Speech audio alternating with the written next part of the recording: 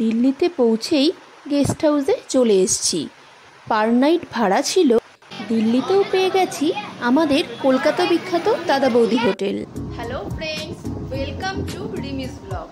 তোমাদেরকে আগেই বলেছি পুজোর সময় ঘুরতে যাচ্ছি। আজকে হচ্ছে দুর্গা পুজোর চতুর্থী। এখন বাজে ঘড়িতে দুপুর 2টো। এখন আমরা রওনা দেব, যাব হচ্ছে শিয়ালদা। শিয়ালদা থেকে আমরা রাজধানী এক্সপ্রেস ধরবো। আমাদের গন্তব্য আমাদের রাজধানী দিল্লি, নিউ দিল্লি। চলো স্টেশনে গিয়ে তোমাদের সঙ্গে আবার দেখা হবে। আমাদের ট্রেন শিয়ালদা থেকে ছাড়বে। Train time 4:50। চলো।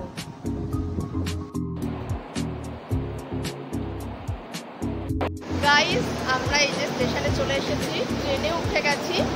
সমস্ত লাগেজগুলো ভেতরে রেখে আমরা নিচে এসেছি একটু ছবি তোলার জন্য। আমাদের ট্রেন ছাড়বে 4:50। আজকে বাবার জন্মদিনও আছে, বাবাকে একটা সারপ্রাইজ দেব। এইমাত্র দাদা আর সঞ্জু দুজনে গিয়ে বাবার জন্য একটা কেক নিয়ে আসলো। ট্রেন ছাড়লে কেক কাটিং হবে। এই যে বাবা মা সোনাই ভেতরে বসে আছে। এই যে ও কিছু বলে দাও। এই যে দাদা দিদি ভাই, ওরা এই যে কেক কাটিং, সেটাও তোমাদের সঙ্গে শেয়ার করব। আমাদের দীর্ঘ প্রতীক্ষার অবসান ঘটিয়ে তবে চলো দিল্লির যাত্রা শুরু করা যাক। গাইস, এখন ঘড়িতে 4:50 বাজে। ট্রেন একদম কারেক্ট টাইম আছে। ট্রেন ছেড়ে দিয়েছে। এখন আমরা সব বসে পড়েছি। একটু পরে বাবার কেক কাটিং হবে। লোকের মুখে রাজধানী এক্সপ্রেস সম্পর্কে অনেক কথা শুনেছি, মনে অনেক কৌতূহলও ছিল।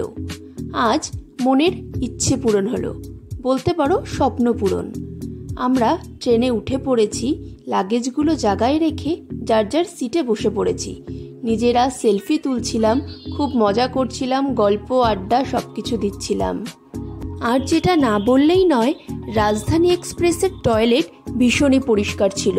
কিছু সময় অন্তর অন্তর ওরা টয়লেট পরিষ্কার করে দিয়ে দিচ্ছিল।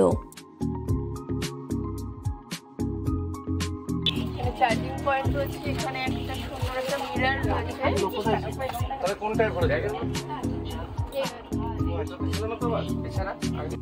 রাজধানী এক্সপ্রেসের পরিষেবাও খুবই ভালো ছিল। আমরা ট্রেনে ওঠার পরপরই আমাদের সবাইকে একটা একটা করে জলের বোতল ওরা দিয়েছিল। তারপরেই আমাদের কাছে চলে এসেছিল চায়ের জন্য সমস্ত সরঞ্জাম ওরা আমাদেরকে দিয়েছিল। আমরা নিজেরাই সার্ভ করে নিয়েছিলাম। আমরা যখন ঘুরতে যাওয়ার প্ল্যানিং করছিলাম, আমাদের মাথায় ছিল জার্নি স্টার্ট হওয়ার প্রথম দিনই বাবার জন্মদিন। আমাদের সবার মনের ইচ্ছে ছিল বাবাকে ট্রেনের মধ্যেই একটা সারপ্রাইজ দেব, যাতে বাবাও খুব খুশি হয় আর বাবার খুশিতে আমরাও সবাই খুব খুশি হই। তো সেই মতো আমরা ট্রেনে ওঠার কিছুক্ষণ বাদেই বাবাকে এই সারপ্রাইজটা দিলাম। বাবার হাসিটাই আমাদের কাছে অনেক। বাবা যতটা খুশি হয়েছিল তাতে আমরা সবাই ভীষণ খুশি হয়ে গেছিলাম। বন্ধুরা, আমাদের শিয়ালদা নিউ দিল্লি রাজধানী এক্সপ্রেসটি শিয়ালদার 12 নম্বর প্ল্যাটফর্ম থেকে ছেড়েছিল। ট্রেন নাম্বার ছিল 12313। Sealdah new Delhi total distance ছিল 1457 কিলোমিটার। আমাদের শিয়ালদা থেকে নিউ দিল্লির ট্রেনটি মাঝখানে 6টি স্টপেজে দাঁড়াবে। স্টেশনগুলি হলো শিয়ালদার পর দাঁড়াবে দুর্গাপুর, তারপর আসানসোল, তারপর ধানবাদ জাংশন, তারপর গয়া জাংশন, তারপর দীনদয়াল উপাধ্যায়, তারপর আসছে কানপুর সেন্ট্রাল। তারপরেই আমাদের গন্তব্য নিউ দিল্লি আমরা পৌঁছে যাব। ট্রেনের মধ্যে হাসি মজা আড্ডা দিতে দিতে আমরা দুর্গাপুর পৌঁছে যাই। ঘড়ির কাঁটায় তখন 6:50। তারপরেই 8:20 নাগাদ ট্রেন ধানবাদ জাংশন পৌঁছে যায়। তারপরে আমরা রাতের খাবার সেরে শুয়ে পড়ি। শুভ সকাল বন্ধুরা। সকাল সকাল ঘুম থেকে উঠে ফ্রেশ হয়ে নিয়েছি। আমাদের ট্রেন অন টাইম আছে। আমরা দিল্লির কাছাকাছি পৌঁছে গেছি। সকাল সকাল রেলের তরফ থেকে আমাদের নিউজ পেপার দেওয়া হয়েছে, তো উল্টে পাল্টে খবরের কাগজটি একটু দেখে নিলাম। আমরা সকালে ঘুম থেকে উঠে চা চা টা খেয়ে পেপার পড়ে এই যে সবাই এখন গল্প করছি। সবার অবস্থা কাহিল, এই যে সবার মুখের অবস্থা দেখো। প্রচুর বাদল ভরা, তার মানে এদিকে থাকবে বাদল। কই আমাদের ট্রেনটি দুরন্ত গতিতে দিল্লির উদ্দেশ্যে ছুটে চলেছে। আমরা দিল্লির খুব কাছাকাছি চলে এসেছি।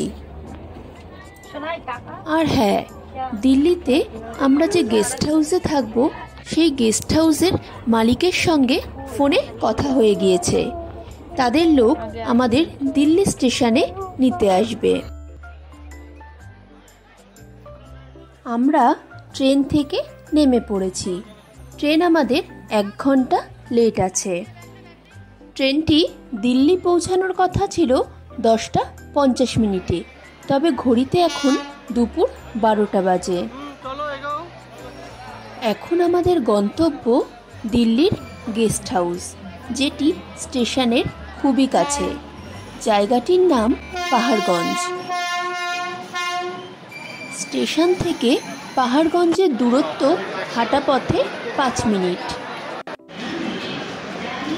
ট্রেন থেকে নেমে আমরা আমাদের লাগেজ নিয়ে এগিয়ে চললাম পাহাড়গঞ্জের উদ্দেশ্যে।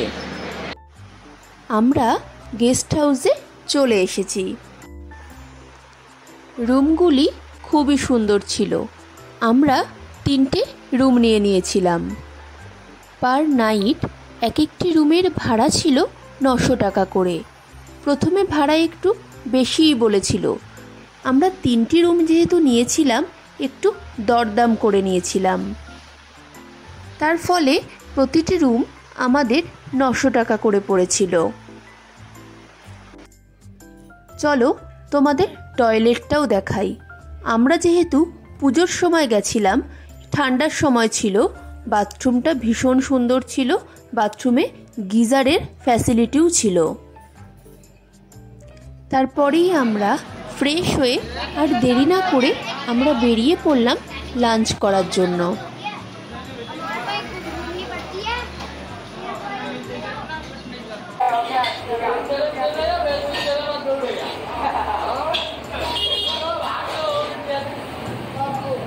আমাদের দিল্লি কাশ্মীর ট্যুরের প্রথম দিনের ব্লগটি তোমাদের কেমন লাগলো আমাকে কমেন্ট বক্সে জানিও। দেখা হচ্ছে পরের ব্লগগুলিতে। আজকের মতো এখানেই শেষ করছি। তোমরা সবাই ভালো থেকো, সুস্থ থেকো। টাটা।